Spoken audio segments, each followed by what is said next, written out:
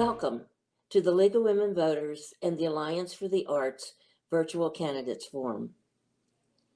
Some of the League's voter service activities include candidate forums and voter guides. This information is made available to the voting public to help in their decision-making process. The League of Women Voters is a nonpartisan organization that does not support or oppose candidates or political parties.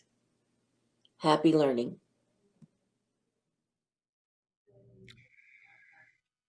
Welcome to a candidate forum presented by the League of Women Voters of Lee County in conjunction with the Alliance for the Arts.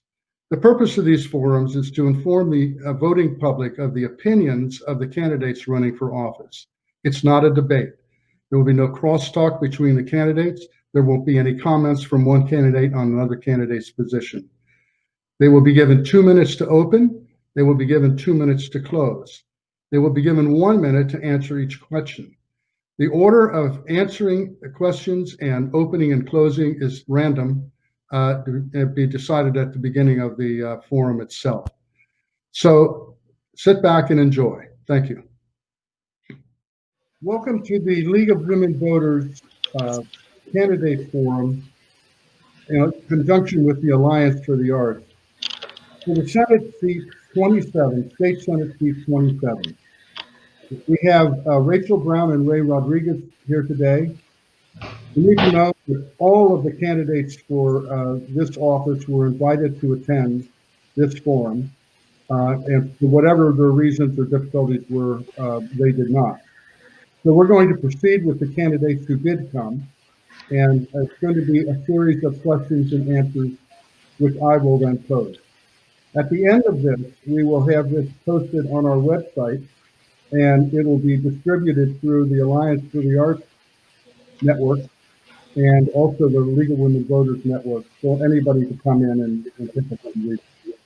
So we're going to start with Rachel Brown. That was sort of, she came in second, but I wrote her down. She's going to do first. So we're going to start with her opening statement.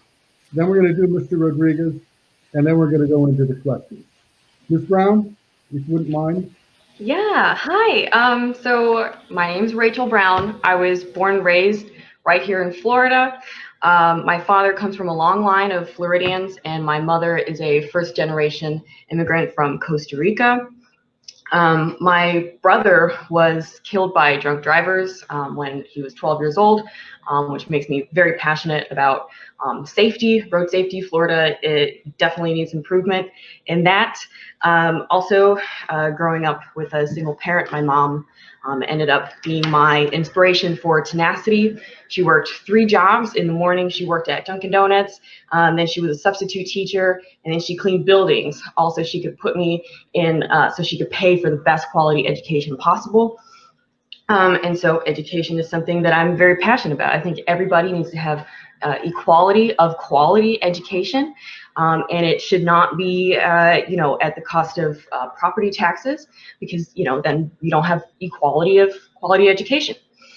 Let's see what else. I'm very passionate about environmental policies.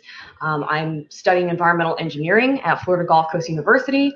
I'm almost done with my degree, but I felt like it was absolutely imperative right now to run for office, as I have not seen the current establishment do a good job with handling what's happening to our ecosystems. I believe every Floridian deserves the legal right to clean air and clean water, which is why I serve on the board of Rights of Nature. Very passionate about that as well. I also believe in home rule. I don't believe in letting people in Tallahassee tell local municipalities what is best for us, especially when it comes to our public safety, our clean water, and our clean air. What else can I say about myself? I'm very excited to be here. I'm very excited to be the Democratic candidate for District 27 for Florida Senate. I'm extremely excited, and there's a lot of changes that I want to make, and I'm sure that you'll get to know me a lot better after this discussion. Thank you, Ms. Brown. Mr. Rodriguez? Good afternoon, and thank you for hosting this forum and giving us an opportunity to reach voters during this trying time. I'll begin by saying it's been the honor of my life to represent this area in the Florida House of Representatives for the last 8 years. I've represented District 76, which is the coastal area of Lee County and the southern portion of the county. And it's just been a great experience. As I look back, I believe that my experience in the Florida House of Representatives has prepared me to be an effective senator for our region. During my sophomore term, I served as the vice chair of the Ways and Means Committee. It was then called Finance and Tax, but same responsibility. During my junior term, I served as the majority leader of the Florida House of Representatives. And during my senior term, I served as the chair of Health and Human Services, where we worked very diligently to put free market principles into our healthcare so that we would have greater access and greater affordability. Many of the reforms that we put into place became very important during the COVID-19 pandemic. Specifically, the bill we passed to authorize telemedicine in the state of Florida became a lifesaver, as people had the ability to see their doctors without leaving their homes and without going into the doctor's offices and potentially encountering people who were carrying the virus. These are the types of reforms that we've made progress on. There remains more work to be done in the future, and I do look forward to moving forward on that. As I look forward, I think the challenges that we are facing include reopening our economy and making sure that we're promoting job growth. There are a lot of businesses that closed down that have not yet reopened. We need those businesses to reopen, and we need those jobs to come back for the folks in this district. We're also very focused on water quality and continuing the projects we've done to reduce discharges from Lake Okeechobee. And so those are the primary focuses you'll see from me if I go to the state senate. Thank you, Mr. Rodriguez. Ms. Brown, the first question it starts with you. Please describe and explain your position on Medicare expansion. What do you propose, and what do you propose should be done to increase health coverage in Florida? Wonderful. Yes. So there are 700,000 Floridians right now that are eligible for Medicaid and that are not getting it. So it would be quite easy if we just expand Medicaid. It would be no cost to the taxpayer, no cost to Floridians, because it's already allocated for by the federal government. So we absolutely need to do this right away. Furthermore, we need a mandatory mask ordinance. Right now, it's absolutely imperative that we do that because you still see people not wearing masks right now during a global pandemic. We've reached, I believe we've reached beyond 10,000 cases already here in Florida. So we're the new epicenter. It's been completely mismanaged. Furthermore, we can eventually work towards a Medicare for all plan. Medicare for all, it'll be a difficult struggle, but I believe that we can ensure medicine, quality healthcare for all citizens, all families. Thank you. Mr. Rodriguez? I do not support expanding Medicaid. That was a decision the legislature faced during my freshman and sophomore terms. And let's be clear, the Medicaid that was originally developed and that we currently have is a safety net. It is a safety net for our disabled and for our most poor. And if you look at it, if you are a single mother, you qualify for Medicaid. If you're a child, you qualify for Medicaid. Let's be honest about what Medicaid expansion would do. It would expand a safety net program and make it a middle class entitlement for single able-bodied adults. And I just don't believe single able-bodied adults should be getting their health care through Medicaid. The fact that we did not expand Medicaid actually helped Florida during the pandemic. According to a study from the Foundation of Government Accountability, states that expanded Medicaid did not have capacity in their hospitals. Many of their hospitals had failed. And so by not going down that road, Florida actually prepared ourselves for the crisis. Thank you, Mr. Rodriguez. Next question is for you. Starts with you. Do you support a minimum wage, and if so, at what level? I think the current minimum wage that we have is sufficient.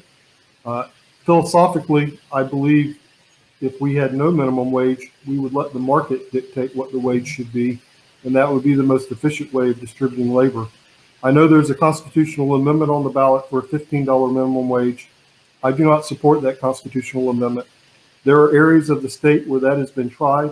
The theory behind it is good, that if you raise it to $15, everyone will have a livable wage and there won't be poverty. Where that's been tried in the Northwest, what we've seen is that small businesses have done one of two things. They've either mechanized and eliminated the jobs so that they could afford to survive, or they've closed down. And so the $15 minimum wage is not the panacea that everyone believes it will be. So I'm not a proponent of that. I won't be voting for that constitutional amendment. But over the last 8 years, I filed no legislation regarding this because I think the status quo is fine. Thank you. Ms. Brown? Yeah, $15 minimum wage. Absolutely. I support it. Everybody should have a livable wage. If we're experiencing right now, people are getting more money from unemployment than than they would typically get from their jobs. And I mean, that just shows you that there is an incentive to be on unemployment. If people have a livable wage, then we don't have to have so much of people don't have to rely on the government so much. We absolutely need a livable wage. We absolutely can afford a livable wage. If you're talking about small businesses, I have friends who have small businesses, and if you are at the place where you need that level of help, then you can afford to give people a livable wage, to pay people a livable wage. And it's mostly going to affect places like McDonald's, Burger King, fast food. I've worked in fast food. I know what it's like to do that hard labor and to not get compensated justly for that. People don't have health care by their jobs. People don't have childcare for their kids. And so we absolutely need at least a $15 minimum wage. Thank you. Ms. Brown, what measures would you propose to preserve Florida's wetlands? Yeah. This is a big question for me. Huge question. We need restoration. We need to restore the Everglades. We need to stop just handing out permits to developers. A developer can just pay a fine and cut down mangroves, which are so important to filtering excess nutrient runoff. And so we need to stop just handing out permits like that. Another thing that we can do is we need to make sure that permits go along with checks and balances on fertilizer runoff. So runoff needs to be tested. If a company is not putting out too much runoff, then what's the harm in testing? What's the harm in testing for that? They shouldn't be afraid, if they're not putting out that pollution. So we absolutely need to do those things. I mean, there's so many things we can do. You can check out my website, actually. I would like to be much more specific about that because I don't have much time right now. Thank you. Mr. Rodriguez? Well, the good news for this is 20 years ago, the scientists answered that question when they put forth the Central Everglades Restoration Program, CERP. We incorporated that, the Florida legislature and the U.S. Congress, in the Everglades Forever Act, which is a joint partnership between the state and federal government to restore our Everglades and protect our wetlands. So the answer is to continue executing the projects on CERP. What's unfortunate is that during the presidential administration of Obama, we fell behind on the federal funding. It was supposed to be a 50-50 partnership, and the federal government quit providing the money to Florida. I'm proud to say Florida continued to move forward and continued to put money in on executing these projects to the tune that we were $1 billion ahead of what the federal government was providing. And this is a state with a balanced budget compared to a federal government that runs a deficit and prints money when they need it. We clearly prioritized it. We're going to continue to prioritize it. And the answer is to get the projects on the CERP plan fully executed so that the Everglades are restored and our wetlands are protected. Thank you. Mr. Rodriguez, do you have any proposals regarding protection of our coastlines or addressing sea level change? Well, I'm proud to say that I was the first person to file an appropriation dealing with the subject of sea level rise. 3 years ago, I filed an appropriation for scientists at FIU to conduct research around Miami Beach, which is the epicenter for rising sea levels here in the state of Florida. That is a multi-year program. I believe a 4-year multi-year program. They're 3 years into the data collection. Next year will be the final year, and then once we've got that program executed, we'll let the science guide us on what our next steps should be. What I do believe is that we've seen local governments that have stepped up on this issue. On the southeast coast, thanks to the efforts of my late colleague, former Representative Kristen Jacobs, there's a Southeast Climate Compact That model has been brought over to Southwest Florida. We've got a professor at FGCU who has been spearheading creating a Southwest Florida compact to deal with rising sea levels. And so we need to continue to encourage those things. Thank you. Ms. Brown? Yes, I agree that research and data collection very important, because we always need to be constantly assessing what we're doing, constantly progressing. Making sure that the practices, the measures that we're taking are the absolute best measures that we can take. And if they're not, move forward from there. So with that said, sea level rise. Well, we need to combat climate change by changing the way that we do agriculture. We can easily grow native plants. We can incorporate forest gardening into our communities. We need to be carbon capturing, carbon sequestration, rather than producing more carbon and more nutrient runoff. The nutrient runoff is a lot to do with it. The excess pollution into our waterways, the algal blooms that are creating cyanobacteria in our air. It's all related to climate change. So absolutely, we need to do those things. And we need to also, a green jobs program would be a great way to capitalize on this. It would benefit the job market. It would also help our Everglades. Thank you. Ms. Brown, what measures would you propose to control the COVID-19 cases in Florida? Excuse me. Yes. Well, we absolutely need a mandatory mask requirement in Florida. Absolutely. It's not okay that one person can decide to not wear a mask and infect somebody else and their kids. We just had a 12-year-old boy die from COVID-19, and we've had multiple cases of deaths due to COVID-19. And it's not always because that person is not taking precautions, but it's a team effort. That's how viruses work. That's how viruses spread. So we absolutely need mandatory mask wearing everywhere. We need to provide relief for small businesses, absolutely. So small businesses can keep paying their workers and stay afloat during COVID. If they do have to close, many of them will absolutely have to close. And I think the fact that we've started reopening stuff too early you can see the evidence. It's made the COVID cases spike. And so we need to just quarantine correctly, do it correctly the right way, and then when we're ready, we can go back to life as usual. When we're ready. But we absolutely need to provide relief for small businesses. Thank you, Mr. Rodriguez. Well, if you turn on your news every day, you see a story about the rising number of positive COVID-19 cases. Unfortunately, what we haven't seen is a drill down on that, which is while there may be more people testing positive, the rate has gone up, but the rate of positive tests has not gone up substantially. If you look at the rate of people who have tested positive that have been hospitalized, that rate has also been constant. And if you look at the people who have been hospitalized with COVID-19, who then have to be admitted into an intensive care unit with COVID-19, that number has gone down. And if you look at the fatality rate, that number has gone down. It's interesting, Sweden did nothing in terms of shutting down their economy and forcing people to quarantine.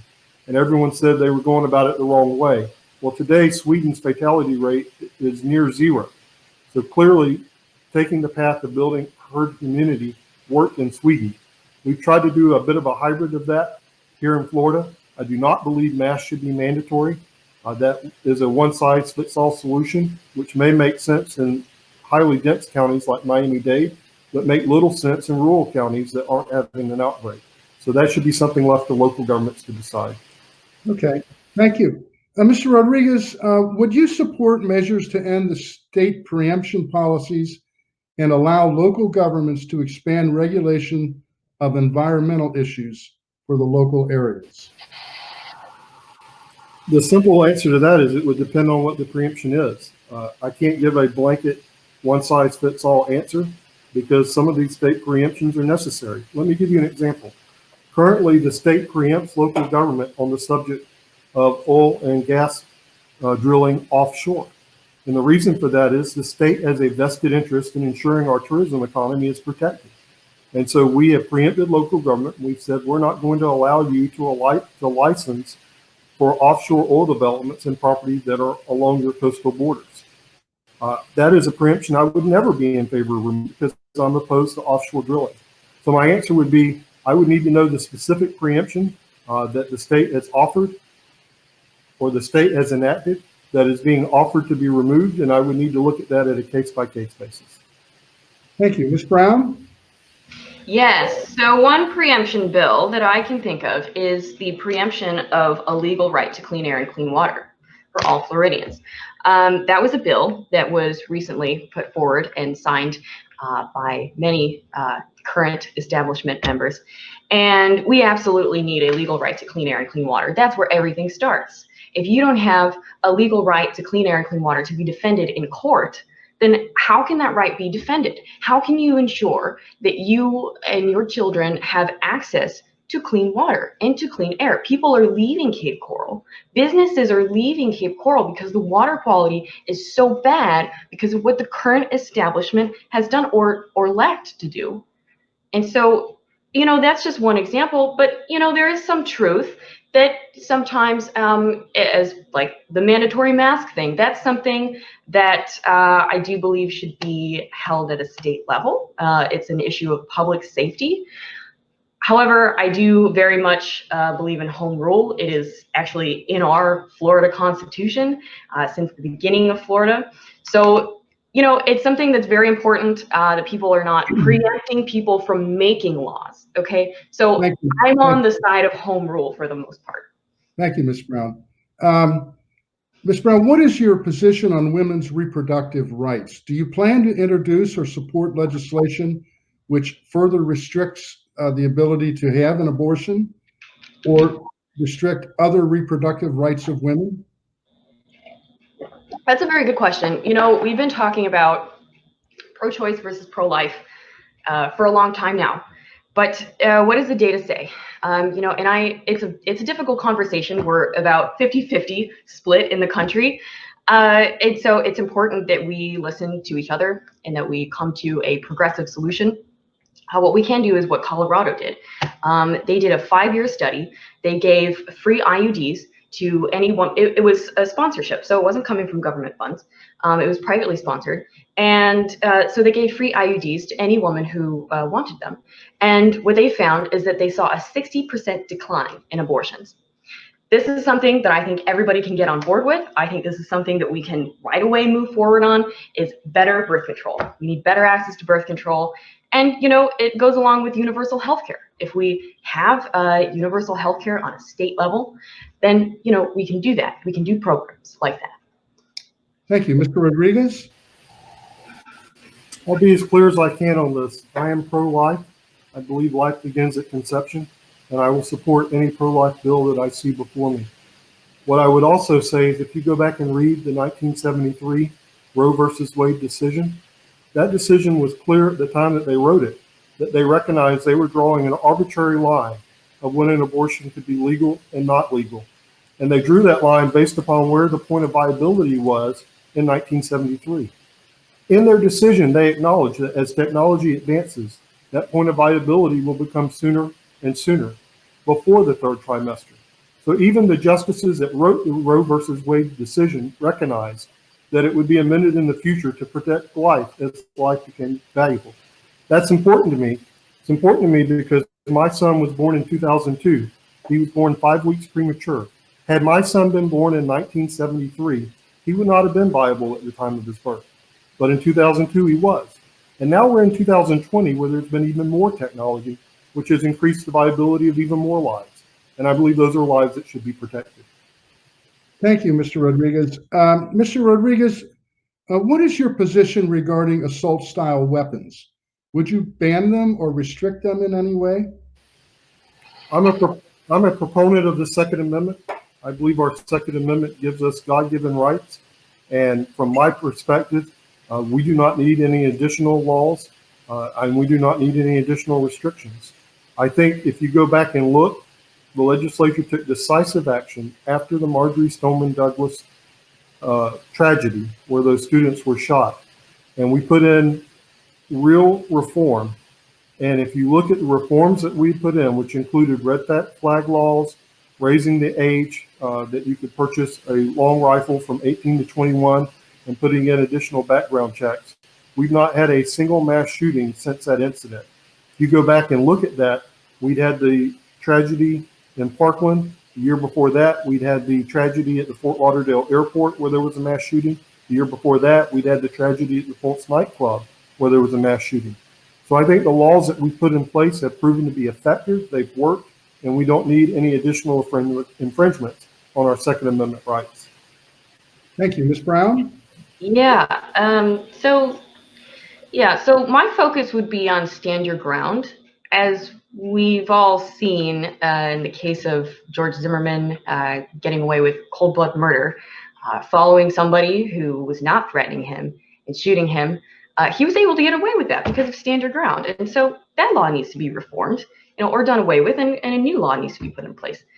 And so it's more about the way that these legislations are written. They're really written to benefit whoever has a better lawyer, whoever can pay for a better lawyer. And so that's my priority with assault rifles. I'm willing to talk with Moms Demand Action. If there's a whole movement about this, then obviously it needs to be listened to. I believe there should be some gun reforms, absolutely. But it starts with changing the legislations that we have, such as stand your ground, that are completely not effective for what they're trying to do, which is defending the people. And it's not effective for that.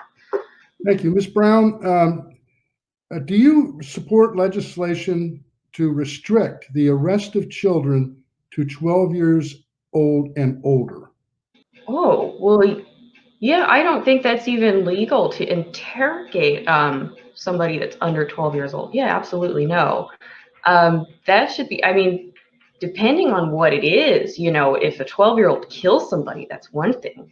But I would have to know more specifically what the specific incidents would be. If it's something like a drug possession, I mean, I'm for decriminalizing drug possession in general, because I think that we do more harm than good arresting victims. We arrest a lot of victims of sex trafficking a lot of times.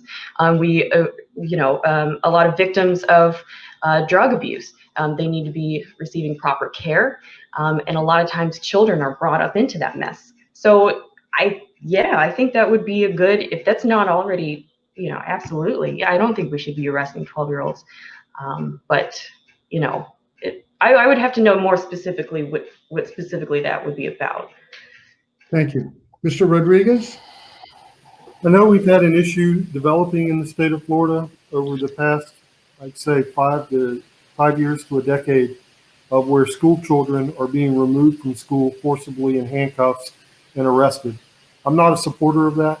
I think the best way to deal with a children that is misbehaving at school is to bring in the parent or the guardian and work with them to straighten out that behavior. I think arresting that child to get them out of the school and get them out of the school system is the wrong approach, and I'm not a fan of that. So if there's legislation that would address that, I'm very open to reviewing that and moving forward and working towards a common goal. Thank you, Mr. Rodriguez. Mr. Rodriguez, do you have any plans for addressing the economic fallout from COVID-19? And if so, what are they? Well, the first thing we've got to do is we've got to continue working to make sure that we get our economy reopened. We need to promote that. The next thing we need to do in promoting the reopening of the economy is to recognize that there are issues associated with COVID-19 that are going to continue to be a challenge. I'm an optimist. I do believe that by the end of the year, we are going to have a vaccine for COVID-19. So now the question is, does government have a role in making sure that that vaccine is available to the population? I think we do.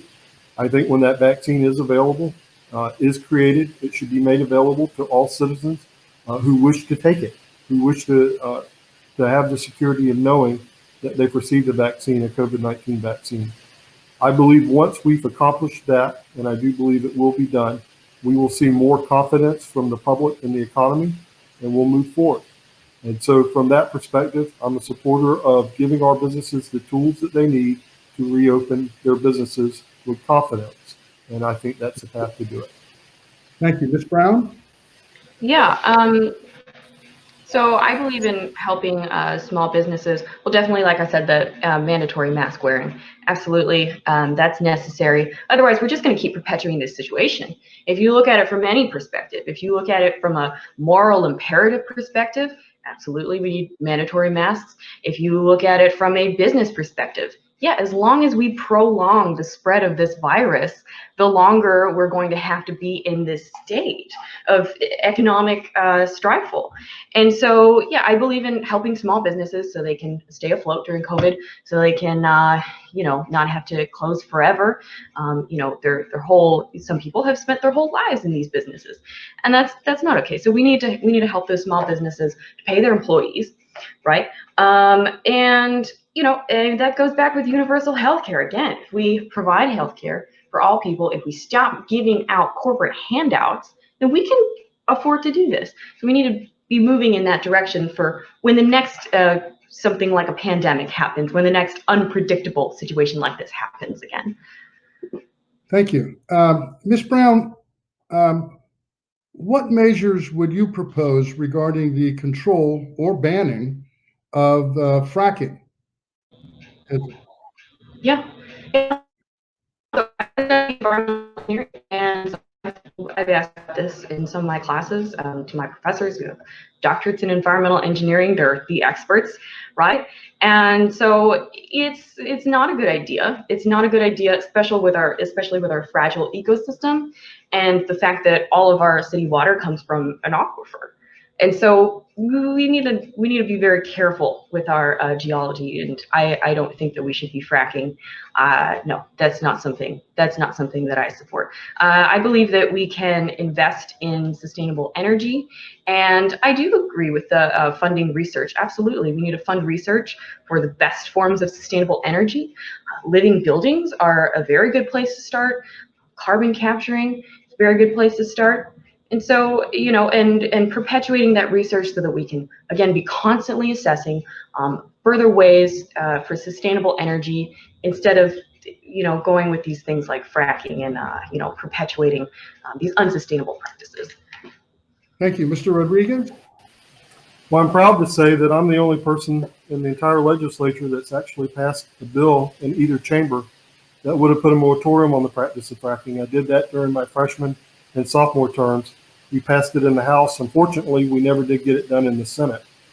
And the key to this is we need a moratorium on the practice of fracking. We need to do a study of the top geologists in the country, because there's never been a study done on what the effects of fracking are on a limestone-based geology. All of the science that's out there is based upon a shale-based geology. So we say it's not good for Florida, but we don't know whether it's good for Florida or not because there's been no science on the subject. And so we need that study. That study needs to be peer reviewed, and then we need to take our steps after that. But I agree, we need to expand our energy. That's part of the reason I sponsored and placed on the ballot the constitutional amendment that reduced tax barriers to those who choose to put on solar or other renewable energy. And that was very popular with the voters. It passed with 73%. So I'm proud of that. I'm proud of the work I've done to try to stop fracking in Florida and to ensure that if we are going to move forward, we're doing it in a way that's safe and sustainable.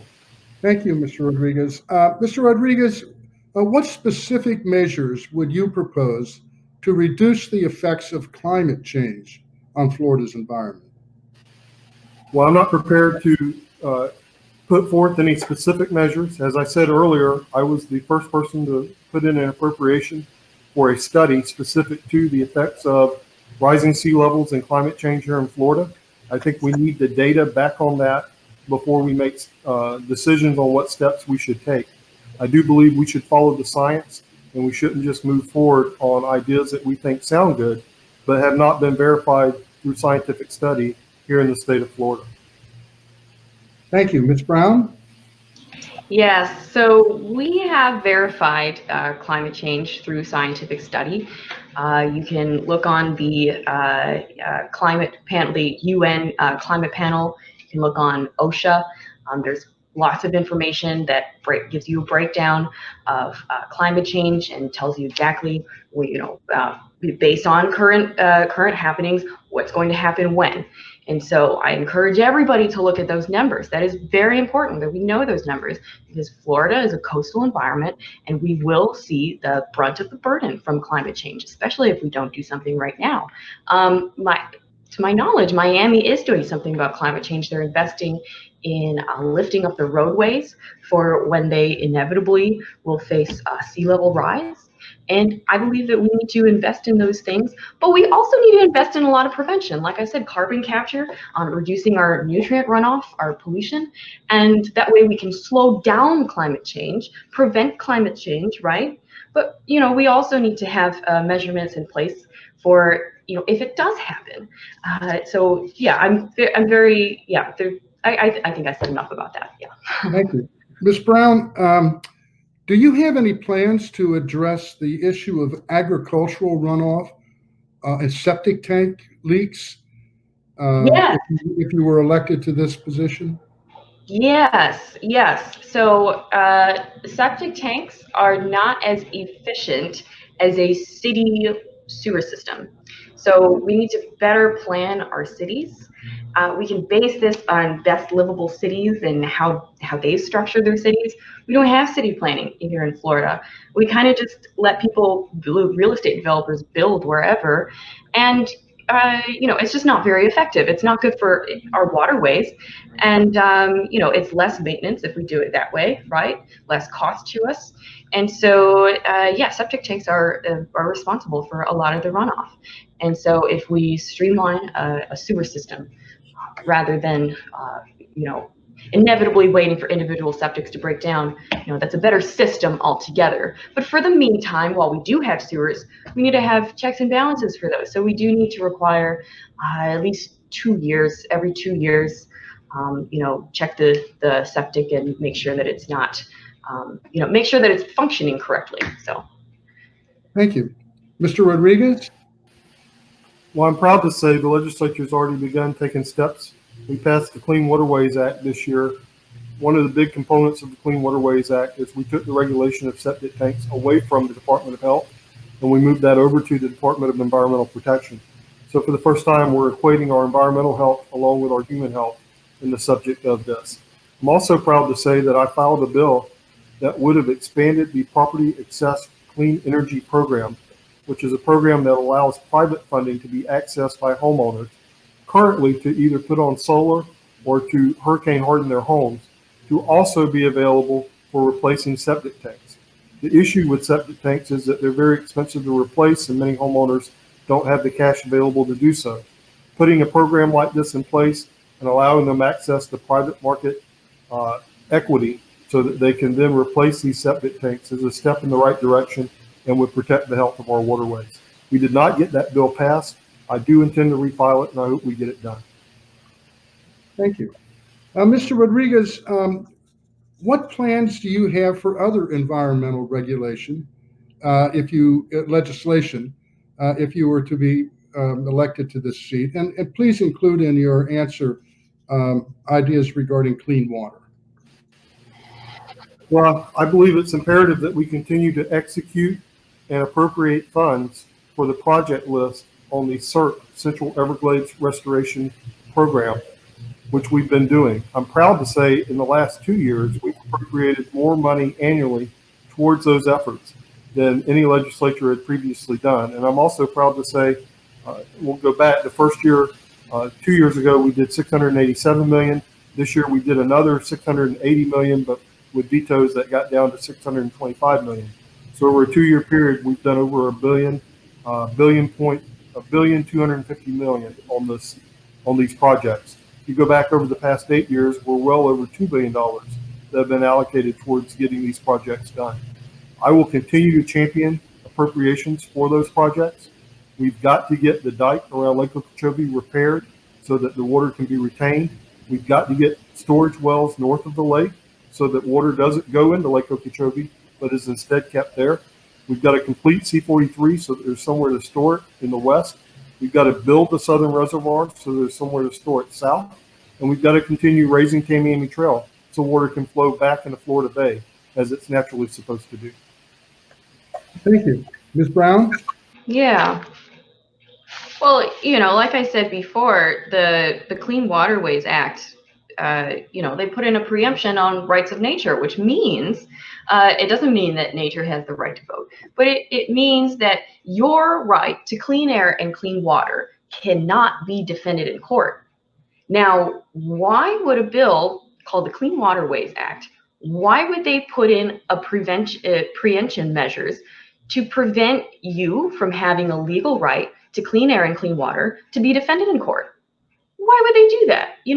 No. You can say as much as you want about, we did this about the sewers, we did this about the septic, but if you don't have a fundamental rights to nature, that right cannot be defended. So that's the fundamental thing that we need to do: establish rights of nature. Furthermore, like I said, assessing runoff from fertilizer runoff, we need to put more checks and balances on our agriculture sector, as that is the most responsible for our pollution, our studies have shown. Thank you. Ms. Brown, do you propose any changes to the taxation of Floridians in order to address the COVID-19 shortfalls, such as rainy day funds and whatever? I don't believe in giving corporate tax breaks. But I don't want to raise taxes on citizens. I'm not trying to raise taxes on citizens. No, no, definitely not. People pay too much in taxes, especially people who work low-income jobs, are not getting a livable wage, are not getting health care, and then they see, oh wow, I've been taxed even more on my hard work that's not even giving me health care. So no, I don't want to put the brunt of the burden on the people, but I do want to end corporate tax breaks. We've given them tax breaks for doing something like putting a solar panel on their roof, which, sure, it's good for them, and they will save money by having a lower electric bill. We don't need to give them a tax break for that. No, so I'm against corporate tax breaks. That's the main thing that I can say about taxes, and I can't stress that enough. No, we do not need to give corporate handouts. Thank you. Mr. Rodriguez? First, let me clarify a misconception. The state of Florida doesn't give out tax breaks to people who put solar on their business or their homes. What we've done is we've removed tax barriers. What we saw in the past was if a person chose to put solar on, they were going to be charged a tangible personal property tax by the tax collector, and their property values were going to be raised by the property appraiser so that their property taxes would go up. What we did in my constitutional amendment was we said, no, you can't do that. You can't put additional taxes on a business or a home just because they've chosen to use solar or renewable energy. So there's no one giving a corporate handout in the state of Florida for the use of solar or renewable energy. Let's clarify that up front. The next thing I would say is we have very healthy reserves in the state of Florida. We've laid aside over $4 billion in reserves in our previous budget and our current budget, which is why we got through the pandemic without having to cut our budget and reduce government programs. And we're in a position to get through the pandemic in the current budget year without having to raise taxes or cut programs because of the healthy reserves that we've established. Thank you. Mr. Rodriguez, we're going back to the juvenile issue now. Would you support legislation to prevent children under 16 from being housed in pretrial incarceration or sentenced in adult jails? Children under 16, Under I could probably support that. I don't think 12, 13, 14, 15-year-olds belong behind bars with grown adults. I think that's inappropriate. That's why we have juvenile facilities. Juvenile facilities should be available for anyone under the age of 18 who has broken the law and been adjudicated guilty of breaking the law and has to accept the punishment that includes incarceration. In an ideal world, we're solving this without incarceration at all, and we're putting them in some pretrial diversion programs, getting to the root cause of what's led to their criminal activity and trying to eliminate that. But for those that require incarceration, their incarceration should be with other juveniles, not with adults. Thank you. Ms. Brown? Yes, yeah, I agree with that. I don't think that we should be incarcerating teens. No, we should not. somebody's life, years out of somebody's life should not be stripped away, just because of something they did when they were a teen. But it does go along with what I believe in rehabilitation types of programs. I think that, rather than going to locking people up, we need to make that time productive. So we need to invest in rehabilitation programs for teens and for adults. And, that way when people get out of jail, they can, and get out of prison, they can have a more productive life, a more successful life, and not have to see the shadow of their past for the rest of their lives. So I think that's all I want to say about that. Thank you. Ms. Brown, what changes, other than what we addressed so far, do you plan to introduce or support in the next legislative session? Other than what we've talked about so far, I mean, we've talked about a lot of things. Racial inequality, right? That's a big thing that we need to address right now. So look into Campaign Zero. If you're at home, look up Campaign Zero. They've done a lot of studies about police departments and why cases of brutality keep happening.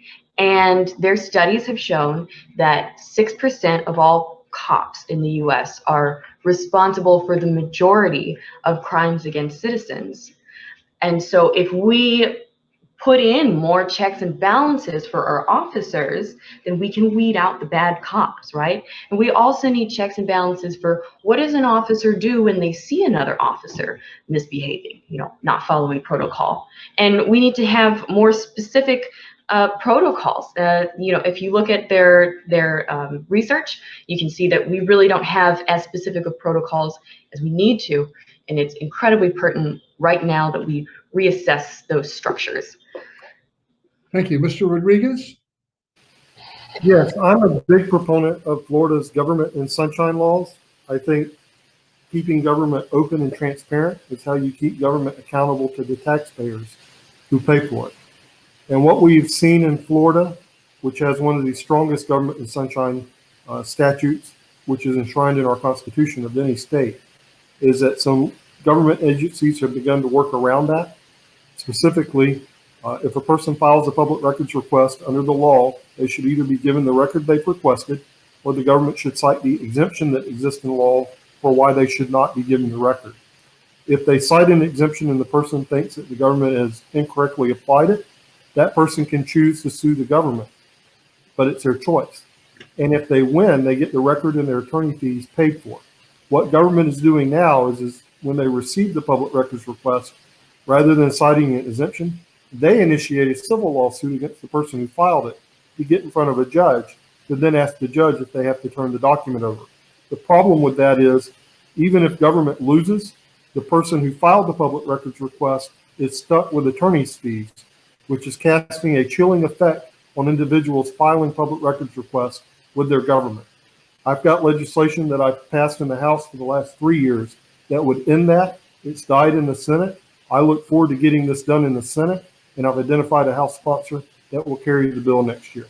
Thank you, Mr. Rodriguez. Those are all the questions that I have for today. We're now going to go to the closing statements. And Mr. Rodriguez, you will be first to give your closing statement. Remember, it's 2 minutes. Sure. I want to thank the League of Women Voters for hosting this forum and giving us an opportunity to communicate with voters as we look forward. The good thing about living in our country is the freedom that we enjoy and the fact that our government is determined by our citizens, by our people, by the decisions that they make at the ballot box. And so I'm standing for election and I'm asking for your vote. I believe if you look at the record I have over the 8 years, I've governed as a fiscal conservative. We balanced the budget every year that I've been in Tallahassee. We have reduced debt every year that I've been in Tallahassee. We have cut taxes every year that I've been in Tallahassee. And we've built up our reserves, built them up healthy enough that we were able to endure the pandemic of COVID-19 without cutting programs or raising taxes. This is the way I will govern if you send me to the Senate. If you look at what I've done locally, I've been a champion for water quality projects continuously. As majority leader, I was one of only 3 Republicans to co-sponsor the bill for the Southern Reservoir so that water could be stored south of Lake Okeechobee. I've championed the projects that would raise Tamiami Trail to eliminate a barrier that's existed since Tamiami Trail was put in 1929, preventing water from flowing south into Florida Bay. I'm a big believer that we do need to execute the projects in the Central Comprehensive Everglades Restoration Program, the CERP program, and will continue to fight for those projects if I'm in the Florida Senate. And finally, I believe that the votes that I've taken on issues that are important to citizens of Southwest Florida speak for themselves. I've been a champion for children's safety, I've been a champion for our disabled, and I've been a champion for our unborn. And I will continue to be a champion for our vulnerable populations here in the state of Florida. And with that, I humbly ask for your vote. Thank you. Ms. Brown? Yes. Yeah, thank you for the way that this whole forum was structured. Very well structured. I like it. Thank you for doing this. This is a great platform for the people. What I'd like to say is power to the people, all power to all the people. We need to take back our government. I do not believe the current establishment has done a good job in providing access to healthcare, dealing with this COVID pandemic, they've put private interest first over the people who they're supposed to be public servants to. I believe politicians need to be public servants first rather than politicians. And so I believe in having green jobs programs. When somebody says drain the swamp, I, as a born and raised Floridian, take that very personally. This is my home and I want to defend it. I want to restore the swamp, not to drain it. I want to prevent any infringement on your rights to clean air and clean water. I want to focus our police force on keeping the public safe in our roadways, right? I want people to feel confident when they send their kid off to school, knowing that they're going to be safe getting to school and being in school. I want to make sure that we change the way that we do politics here in Southwest Florida and shift it towards representing the people, hearing what the people want, not letting initiatives go unheard for years and years and years. I think that we need to talk with protesters. We need to make agreements. We need to move forward on better birth control so that we can provide that for all women who want it, and decrease our abortion rates by 60% possibly. So vote for me if you'd like to see a change. And you can check out my website, rachelbrown4floridasenate.com. It's all spelled out. Thank you very much. Thank you. And thank you to both of you for coming today. It was a very interesting discussion on the major topics that are affecting Floridians. I thank you for your cooperation and your willingness to talk to us today, and good luck to both of you. Thank you.